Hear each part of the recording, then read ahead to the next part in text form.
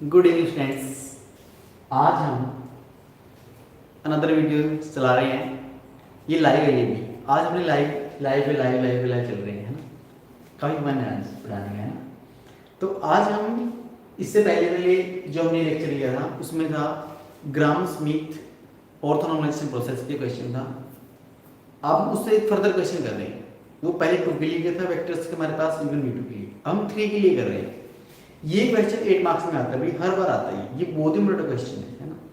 तो क्वेश्चन क्या है, पहले क्वेश्चन स्टेटमेंट समझेंगे, फिर ग्राम स्मिथ ऑर्थोनॉर्मलाइजेशन प्रोसेस क्या है उससे हम इसको सोल्व करेंगे, है ना। तो देखो पहले क्वेश्चन स्टेटमेंट क्या है। क्वेश्चन नंबर 1 है, मोस्ट इंपॉर्टेंट क्वेश्चन है भाई। ये 8 मार्क्स में आता है, हर बार आता है भाई, है ना। क्वेश्चन क्या है, इफ V1 आपके पास एक वेक्टर गिवन है 1,1 0 ये, और V2 आपको गिवन है 1 0 1 एंड V3 गिवन है 0,1। ये आपके पास 3 वेक्टर्स हैं। If V1 V2 V3 are linearly independent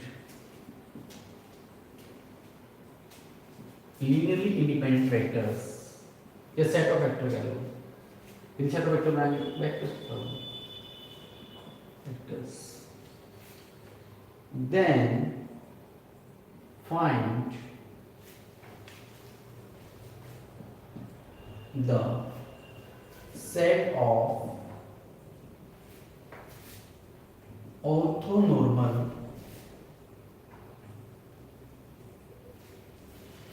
vector, है ना। हमने क्या करना है, आपके पास V1 V2 V3 वेक्टर्स आपको गिवन है। ये क्या है, लीनियरली इंडिपेंडेंट है। लीनियर इंडिपेंडेंस Li वेक्टर है ना। तो आपने क्या बनाना है, देन फाइंड, इस अंदर क्या बनाएंगे, then find the set of orthonormal vectors. हम क्या करेंगे, ऑर्थोनॉर्मल वेक्टर का सेट बनाएंगे इन Li वेक्टर से। इस प्रोसेस को हम क्या कहते हैं, ग्राम स्मिथ ऑर्थोनॉर्मलाइजेशन प्रोसेस, है ना। कैसे करते हैं, यदि आपके पास Li वेक्टर हैं, 3 Li वेक्टर आपको गिवन है, इन Li वेक्टर से हम बनाएंगे इनको ऑर्थोनॉर्मल वेक्टर्स। ऑर्थोनॉर्मल वेक्टर का सेट बना देंगे। यदि Li वेक्टर का आपके पास सेट है, उसको आपने सेट ऑफ ऑर्थोनॉर्मल वेक्टर बनाना है, तो उस प्रोसेस का क्या नाम है, ग्राम स्मिथ ऑर्थोनॉर्मलाइजेशन प्रोसेस है। उस प्रोसेस के थ्रू हम इन वेक्टर्स को, इन Li वेक्टर को क्या बना देंगे, ऑर्थोनॉर्मल वेक्टर बना देंगे। ठीक है, कैसे बनाएंगे हम उस प्रोसेस को, प्रोसेस हमारे पास क्या है, सॉल्यूशन में भी आप जाओगे तो सबसे पहले हम डिस्कस करेंगे ग्राम स्मिथ।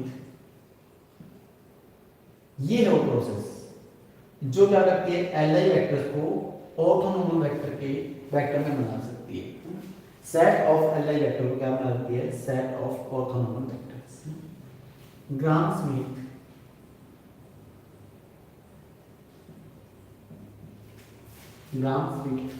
ऑर्थोनॉर्मलाइजेशन प्रोसेस, ये आपको प्रोसेस है। इस प्रोसेस के थ्रू हम इन वेक्टर्स को V1 V2 V3 क्या बना देंगे, ऑर्थोनॉर्मल वेक्टर बना देंगे, सेट ऑफ ऑर्थोनॉर्मल वेक्टर बना देंगे इन वेक्टर को Li को, किसके थ्रू, ग्राम स्मिथ ऑर्थोनॉर्मलाइजेशन प्रोसेस के थ्रू, है ना। अब इसके बारे में डिस्कस नहीं करेंगे हम, क्योंकि काफी लेंथी है। हम सिर्फ और सिर्फ इस क्वेश्चन को सोल्व करेंगे। इसके जो भी स्टेप्स हैं हम आपको साथ का स्टेप बता देंगे, और स्टेप के अकॉर्डिंग आपको ये क्वेश्चन सोल्व करवा देंगे, है ना। ये क्वेश्चन बहुत इंपॉर्टेंट क्वेश्चन है भाई, ये हर बार आता है, हर बार अगर में आपको मिलेगा 8 मार्क्स मिलेगा, 8 मार्क्स में, है ना, हर बार आता है। तो जिस बच्चे को आता है, हमने जिस बच्चे ने पहले वाली वीडियो देखी है उसको तो आते ही हुए क्वेश्चन। जिसको नहीं आता वो हम साथ साथ करेंगे, है ना। आप भी अपने साथ साथ निकालो इसको, देखिए कौन पहले निकालेगा, आप पहले निकालोगे, हम पहले निकालेंगे। तो देखो हम कैसे बनाएंगे। साथ के साथ सोल्व करोगे आप भी, हम भी सोल्व कर रहे हैं।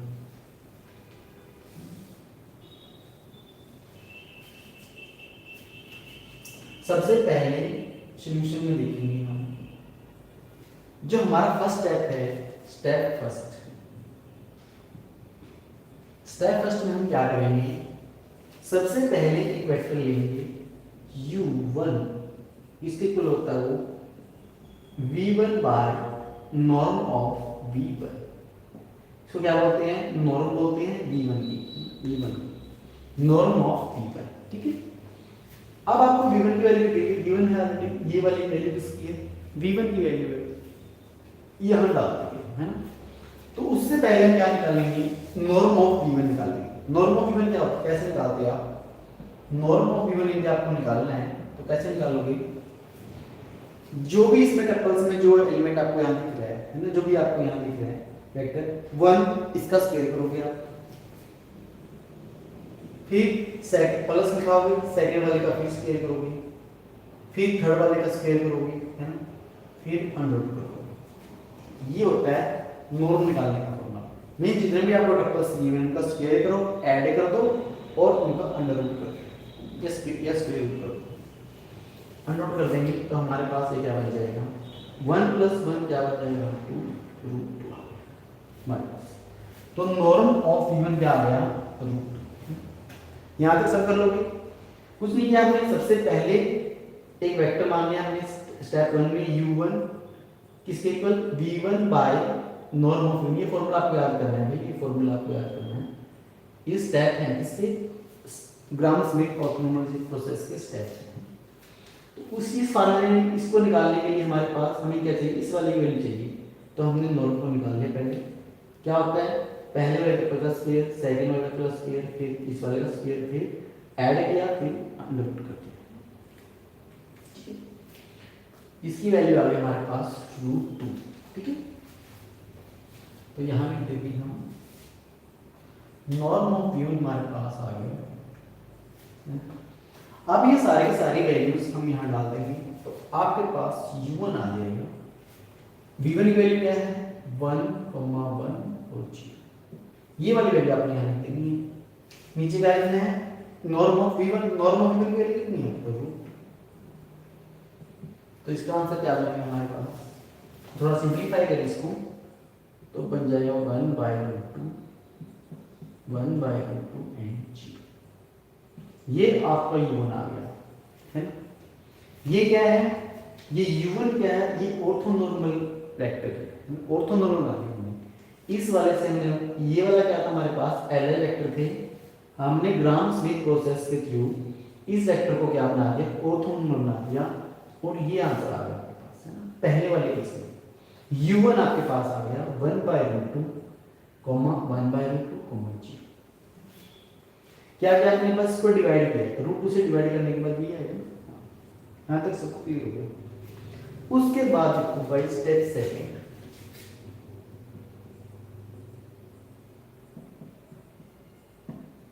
स्टेप सेकंड में क्या करते हैं, एक फार्मूला लिखते हैं, W2 बनाएंगे पहले। W2 का फार्मूला क्या होता है, पहले आप लिखोगे V2 माइनस, फिर लिखोगे inner product of V2, U1, जो आपने ये वाली जो वैल्यू निकाली है हम इसको यूज करेंगे आगे, है ना।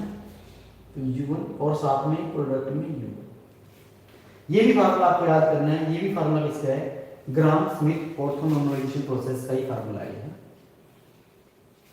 फिर आपने क्या करना, W2 लिखना है, W V2 माइनस, अब सेकंड के लिए करें, इस वाले के लिए करें, इसलिए यहाँ पे V2 माइनस V2 के साथ हमने प्रोडक्ट बनाया U1 का, और बाद में U1 से मल्टीप्लाई कर देंगे। ये फार्मूला आपको याद करना है, ठीक है। तो इस फार्मूले में सारे के सारे वैल्यू डालेंगे और इसको सोल्व करेंगे। देखो कैसे सोल्व करेंगे, तो W2 आपके पास आएगा, V2 की वैल्यू क्या है, ये वाली वैल्यू है 1, 0, 1, यहाँ तक क्लियर हो गया। उसके बाद माइनस, ये इनर प्रोडक्ट का साइन होता है, V2 की वैल्यू फिर वही डालेंगे हम 1, 0, 1, है। फिर कॉमा U1 का आपके पास जो भी अपने वैल्यू कर, ये वाली वैल्यू को इंक्लूड किया आपने,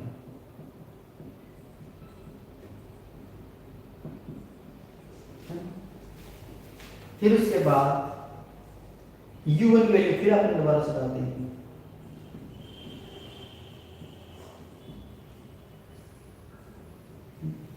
सारे कैलकुलेट करो, जल्दी जल्दी कैलकुलेट करो सारे सारे बच्चे। देखो क्या आंसर आ रहा है हमारे पास। हम भी करेंगे आगे तो साथ साथ। ये तो हो गया हमारे पास। इसको तो हम यहाँ लिख देते हैं, u1 की वैल्यू हम यहाँ लिख देंगे 1/2 u1 लिख देंगे।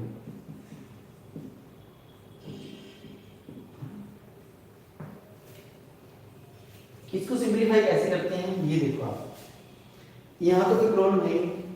अब हमें क्या करना है, इस वाले इनर प्रोडक्ट को सोल्व करना है, ये वाला इनर प्रोडक्ट आपने सोल्व करना है।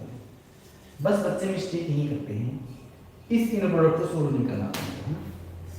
इस इनर प्रोडक्ट को कैसे सोल्व करेंगे, आपको पता है कि यदि ये u है और ये v है तो इनर प्रोडक्ट कैसे होता है, u डॉट v मीन्स उनकी प्रोडक्ट हो जाती है। तो ऐसे ही हम इनर प्रोडक्ट करेंगे, पहले वाले की प्रोडक्ट पहले वाले के साथ, सेकंड वाले की सेकंड वाले के साथ, थर्ड वाले की थर्ड वाले के साथ, है ना। और फिर क्या कर देंगे, ऐड कर देंगे बस। तो पहले वाले की 1 की मल्टीप्लाई करेंगे 1/2 के साथ, तो क्या बन जाएगा 1/2। इस वाले की मल्टीप्लाई इसके साथ में, फिर 0 की मल्टीप्लाई करेंगे इसके साथ तो ये बन जाएगा 0। फिर 1 की मल्टीप्लाई करेंगे, ये भी क्या बन जाएगा 0 साथ तो 0। तो इसका आंसर हमारे पास आ गया 1/√2। क्या करें दोबारा देख लो एक बार, पहले वाले के साथ मल्टीप्लाई पहले वाले के साथ, प्लस सेकंड वाले के सेकंड वाले के साथ, थर्ड वाले के प्लस थर्ड वाले के साथ, है ना। फिर ऐड करके हमारे पास 1/2 मींस जो इसका जो आंसर आ गया हमारे पास क्या आ गया 1/2। इस पूरे इनर प्रोडक्ट का, इस पूरे इनर प्रोडक्ट का हमारे पास आंसर आ गया 1/2। और साथ में हमारे पास क्या था, u1 तो ऐसे ही था ना, इसको तो हमने चेंज नहीं किया, तो ये यहाँ पे हमने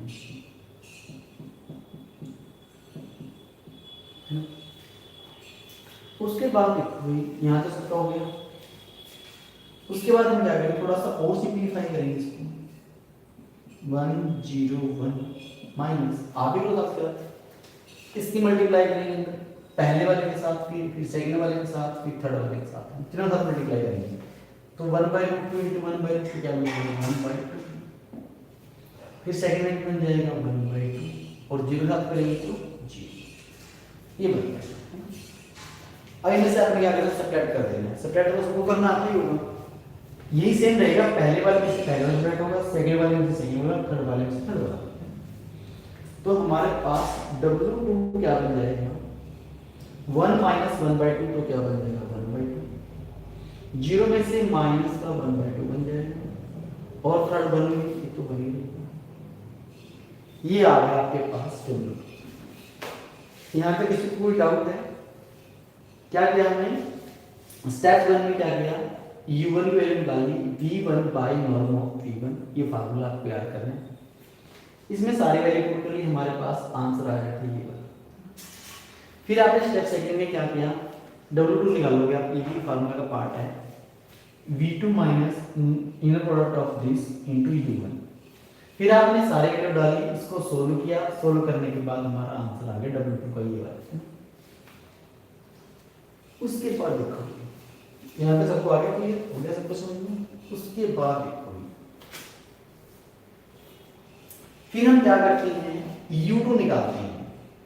u2 क्या होता है W2/norm of W, है ना। जैसे हमने ये u1 लिखा था ना, v1/v1 norm के लिए, है ना। अब हम सेकंड निकालेंगे, अब हमारे पास ये वाला वेक्टर बन गया W2, अब इसका निकालेंगे W2/norm of W। तो इसमें W2 है ही हमारे पास, लेकिन नॉर्म निकालना, हमें नॉर्म निकालेंगे, नॉर्म क्या बन जाएगी, नॉर्म W2 क्या होता है, जितने भी टपल्स होते हैं क्या करेंगे, उनको स्केल करेंगे, फिर ऐड कर देंगे। स्केल किया, ऐड कर दिया, स्केल किया, ऐड कर दिया, फिर स्केल किया, ऐड कर दिया, फिर स्केल अनलोड कर दिया। यहाँ तक हो गया सबका। उसके बाद देखो क्या बन जाएगा 1/4 प्लस 1/4 प्लस 1, और सिंपलीफाई करेंगे, ये हमारे पास बन जाएगा 6 बाय कितना बन जाएगा 4। तो ये क्या बन जाएगा √6 बाई 2, है ना? ये बन जाएगा सबका, यहाँ तक दिया। अब ये वाली वैल्यू यहाँ डाल देंगे और ये वाली वैल्यू यहाँ डाल देंगे। हमारे पास क्या आ जाएगा, u2 आ जाएगा। u2 क्या है, ऑर्थोनॉर्मल वेक्टर। बस इतना सा काम है। अब ये वाली वैल्यू यहाँ डाल देंगे हम,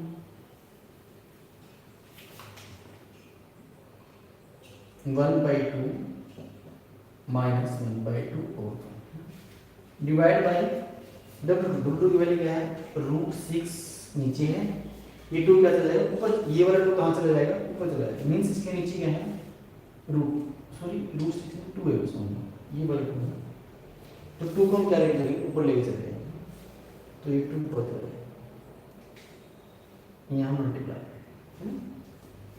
यहाँ तक करो इसमें। उसके बाद थोड़ा और सिंपलीफाई कर लेते हैं इसको, 2 से मल्टीप्लाई करेंगे तो क्या बन जाएगा, 2 से 2 कैंसिल हो जाएगा, हमारे पास क्या बन जाएगा 1/6। ये तो 6 तक चाहिए है, उससे इस 2 से नहीं कैंसिल करेंगे, इस 2 से कैंसिल करेंगे तो -1/√6, और ये 2 मल्टीप्लाई में हो जाएगा, हमारे पास क्या बन जाएगा 2/√6। ये बन गया हमारे पास u2। u2 क्या है, ऑर्थोनॉर्मल वेक्टर बना दिया हमने, किससे, एलआई वेक्टर से ऑर्थोनॉर्मल वेक्टर बना। करो यहाँ पे दोबारा देख लो, W2 की वैल्यू ये वाली थी, हमने नॉर्मल निकाला, W की वैल्यू थी √6/2, ये 2 हमने ऊपर लेके चले गए, 2 को सबसे मल्टीप्लाई किया और √6 से डिवाइड किया, तो हमारे पास ये आंसर आ गया। यहाँ तक जी बच्चे को डाउट है। अब फटाफट आप क्या करो, W3 की वैल्यू निकालो, जल्दी निकालो आप, W3 की वैल्यू निकालो, सारे के सारे देखते हैं क्या आंसर आपका सही आता है नहीं आता। तो हमारे पास आ गई वैल्यू, u2 की वैल्यू आ गई, तो u2 की वैल्यू भी हम यहाँ लिख देते हैं, u1 आपके पास दिया गया है, u1 हम यहाँ लिख देते हैं, ये वाली वैल्यू 1/√2 एंड 1/√2 एंड 0 तो रख देते हैं, और उसके साथ ही देते हैं u2 आपके पास क्या आ गया, ये वाली वैल्यू आ गई 1/√6 माइनस 1/√6 और ये 2/√6। अब आपने क्या निकालना है, u3 निकालना है, इसके लिए निकालना है, ये आपका काम आएगा, है ना। ये आप ट्राई करो, जल्दी ट्राई करो, देखिए कौन सा से पहले निकालेगा।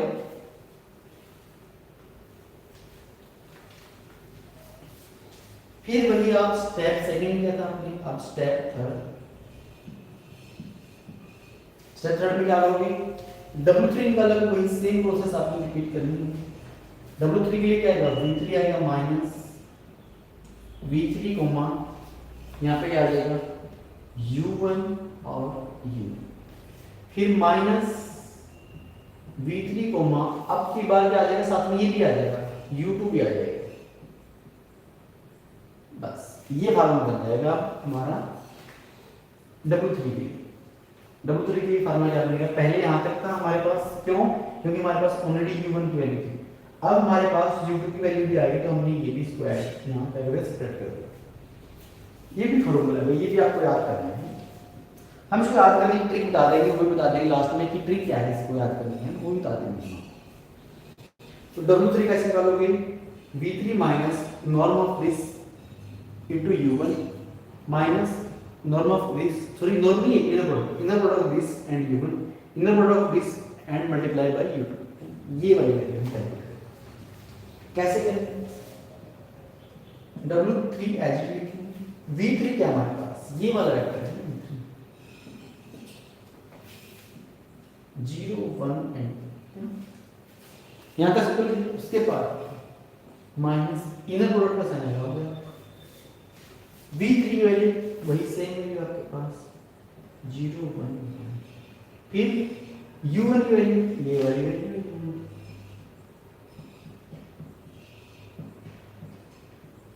है, फिर इनको कंप्लीट करते हैं, फिर ये बाद में फिर U1 आएगा,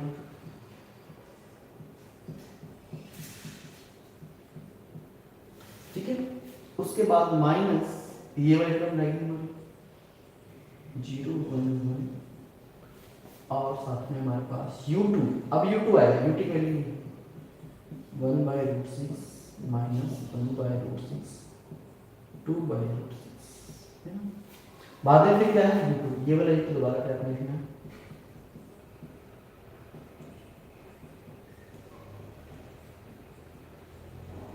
लिखिए सारे वैल्यू आपने लिखी है। अब जल्दी से सोल्व करो आप, देखेंगे सबसे पहले कौन सोल्व करेगा। हम आपको एक मिनट